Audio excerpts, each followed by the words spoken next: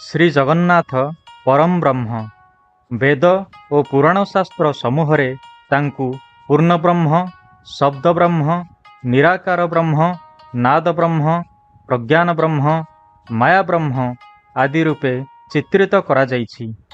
ଏହି ଦୃଷ୍ଟିରେ ସମଗ୍ର ବ୍ରହ୍ମାଣ୍ଡ ହିଁ ବ୍ରହ୍ମମୟ, ବ୍ରହ୍ମ ସର୍ବବ୍ୟାପୀ, ସର୍ବବ୍ରହ୍ମମୟଂ ଜଗତ୍। ଏହି ତତ୍ତ୍ୱ ଆଚାର୍ଯ୍ୟ ଶଙ୍କରକୃତ ବ୍ରହ୍ମସୂତ୍ରରେ ପ୍ରତିପାଦିତ। ନିର୍ଗୁଣ ବ୍ରହ୍ମଙ୍କ ଦାରୁ ମଧ୍ୟସ୍ଥ ଅଚିନ୍ତ୍ୟ ଲୀଳାକୁ ଅନୁଭବ କରିବାକୁ ହେଲେ ମୋକ୍ଷକାମୀ ମାନବ ପକ୍ଷେ ଶ୍ରୀ ଜଗନ୍ନାଥଙ୍କ ଏକକ ମୂର୍ତ୍ତି ଉପାସନା ଅପେକ୍ଷା ଚତୁର୍ଦ୍ଧାମୂର୍ତ୍ତି ଉପାସନା ଅଧିକ ଫଳଦାୟୀ।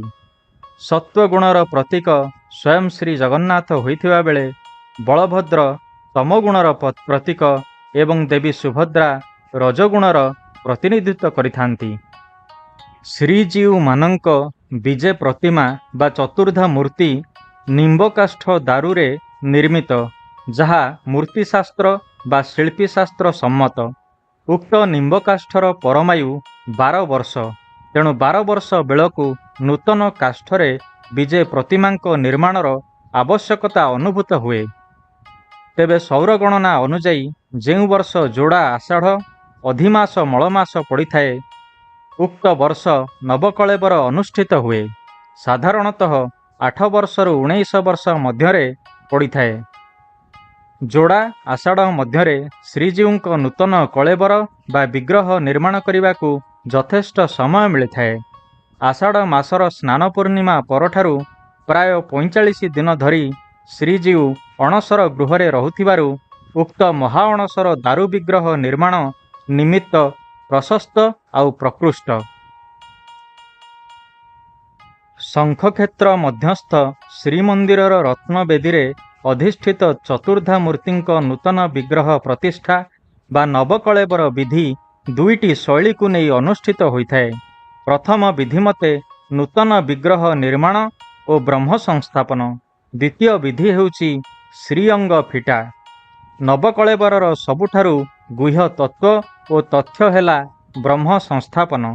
ଏହି ନୀତି ଅତ୍ୟନ୍ତ ନିଷ୍ଠା ଓ ସତର୍କତାର ସହ ଗୋପନରେ ଅନୁଷ୍ଠିତ ହୋଇଥାଏ।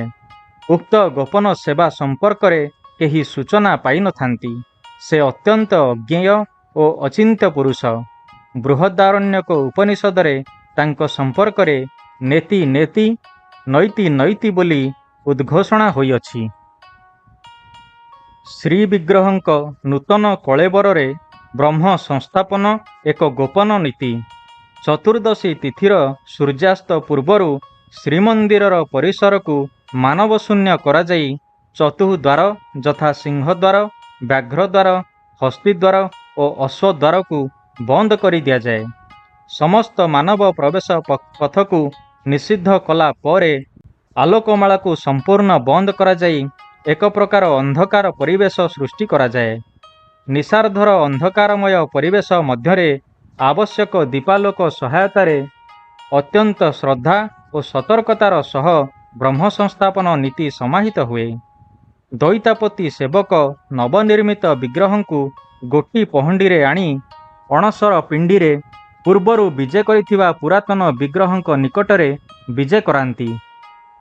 ଉକ୍ତ ଅନିର୍ବଚନୀୟ, ଅବିସ୍ମରଣୀୟ ଓ ଅଲୌକିକ ଦିବ୍ୟଲୀଳା ସମ୍ପାଦନରେ ଶ୍ରୀମନ୍ଦିରର 4 ନିଷ୍ଠାପର ଦଇତାପତି ସେବକ ନିଯୁକ୍ତ ହୁଅନ୍ତି। ସ୍ୱାଇଁ ମହାପାତ୍ର ଶ୍ରୀ ଜଗନ୍ନାଥଙ୍କ ବ୍ରହ୍ମ ପରିବର୍ତ୍ତନ କରୁଥିବା ବେଳେ ବଳଭଦ୍ର ଓ ସୁଭଦ୍ରାଙ୍କ ଘଟ ପରିବର୍ତ୍ତନ 2 ଜଣ ଦାସ ମହାପାତ୍ର ସମ୍ପାଦନ କରିଥାନ୍ତି। ସେହିପରି ସୁଦର୍ଶନଙ୍କ ଘଟ ପରିବର୍ତ୍ତନ ପତି ମହାପାତ୍ରଙ୍କ ଦ୍ୱାରା ସମ୍ପାଦିତ ହୋଇଥାଏ। ବ୍ରହ୍ମ ପରିବର୍ତ୍ତନ ସମୟରେ ନିୟୋଜିତ ସେବାୟତଙ୍କ ଉଭୟ ଚକ୍ଷୁ ଓ ହସ୍ତକୁ 7 ପ୍ରସ୍ଥ ପାଟକନା ଦ୍ୱାରା ଆବୃତ କରାଯାଇଥାଏ, ଯଦ୍ୱାରା ସେମାନେ ବ୍ରହ୍ମଙ୍କ ଦର୍ଶନ ଓ ସ୍ପର୍ଶର ସୁଯୋଗ ପାଇନଥାନ୍ତି। ନିଯୁକ୍ତ ବ୍ରହ୍ମ ସଂସ୍ଥାପକ ସେବକ ଚକ୍ଷୁ ମୁଦ୍ରିତ ଅବସ୍ଥାରେ ପଥ ସ୍ମରଣ କରି ପୁରାତନ ବିଗ୍ରହଙ୍କ ବ୍ରହ୍ମ କବାଟି ଉତ୍ତୋଳନ ପୂର୍ବକ ପୂର୍ବ ବ୍ରହ୍ମ ପୋଟଳିକୁ ବାହାର କରି ରୂପାବଟା ଉପରେ ବିଜେ କରାନ୍ତି। ପଞ୍ଚାମୃତ ସ୍ନାନ ଓ ପନ୍ତି ଭୋଗ ସହ समस्त गुप्तनीति माध्यमरे ब्रह्म संस्थापन संपन्न हुए। महाप्रभुंक महनीयता और अलौकिकता एही जे दीर्घ 12 वर्ष अथवा 19 वर्ष तलर तुलसी और चंदन सद्य चयन होइथिबा भली प्रतीयमान हेबा सह विष्णु मायारे श्रीमंदिर परिसर महाविष्ट हो जाए। दारु विग्रहरे ब्रह्म संस्थापन कार्य समापनान्ते श्रीजीव दारु ब्रह्म रूपे प्रतीयमान होई जीवकु कृतार्थ करती। परे परे पुरातन विग्रहंकु कोइली वैकुंठरे गोलोक समाधि दिया जाए।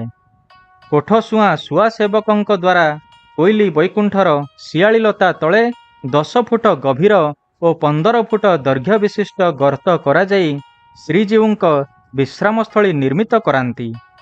पौराणिक आख्यान अनुसारे लीला पुरुषोत्तम भगवान श्रीकृष्ण आषाढ़ कृष्ण चतुर्दशी तिथिरे शियालीलता तले विश्राम नेउथिबा बेले जारार स्वराघातरे घट परिवर्तन को वरण करथिले। उक्त पौराणिक आख्यान को उज्जीवित करने लक्ष्य पुरातन श्री विग्रह को कोइली वैकुंठरे समाधि दिया जाए। उक्त नीति अत्यंत मानवीय ढंगरे अनुसृत हुए। उक्त दैव्य अप्रकाश्य ब्रह्म पदार्थटी कौन? श्री जगन्नाथंकर लीला ओ कहानी जानिबाकू मिले जे महाराजा इंद्रद्युम्न कर्तृक श्रीजीवंक विग्रहरे स्वयं सृष्टिकर्ता ब्रह्मा थिले आद्य ब्रह्म संस्थापक। सृष्टिकर्ता ब्रह्मा ब्रह्मंक संपर्क रे किछि अवगत बोली धरिबाकू हेबो।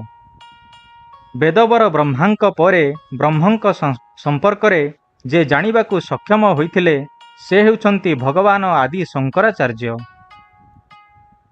तांक मतरे श्री विग्रह हेउछंती हिरण्यगर्भ। ब्रह्म सत्यम जगत मिथ्या जीव ब्रह्मैव ना परः। शंकरंक मतरे दारु ब्रह्मंक अप्रकाश्य गोपन दिव्यशक्ति ही हिरण्यगर्भ, जार अर्थ शालग्राम।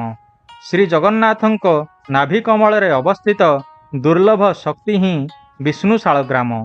महासती तुलसी वृंदावतींकर अभिशापरु श्री विष्णु वज्रकीट होई शालग्राम मध्यरे विष्णुशिला होइछंती।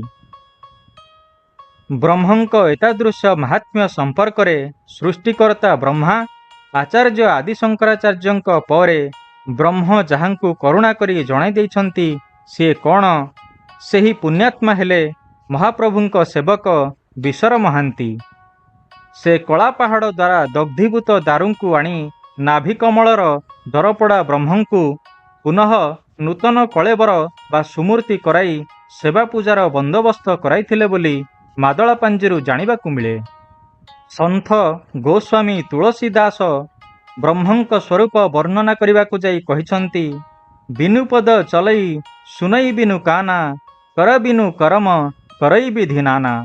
एथिरु हृदबोध हुए जे बिना पादरे जे चली पारंती, कान बिना श्रवण करंती और बिना हस्तरे कर्म करंती से ही ब्रह्म। कोटि ब्रह्मांड जहांक इंगितरे परिचालित होइथाए सेई परम ब्रह्म दारु ब्रह्म रूपे नीलाचल धामरे दारुभूत मुरारी रूपे दिव्य लीलारे निमग्न। यथार्थरे जीव गोस्वामी स्वीकार करिछंती, नमामि देवं जगन्नाथं सच्चिदानंद विग्रहं जे नित्यं रमते नीलाचलैचै ब्रह्मधामळि।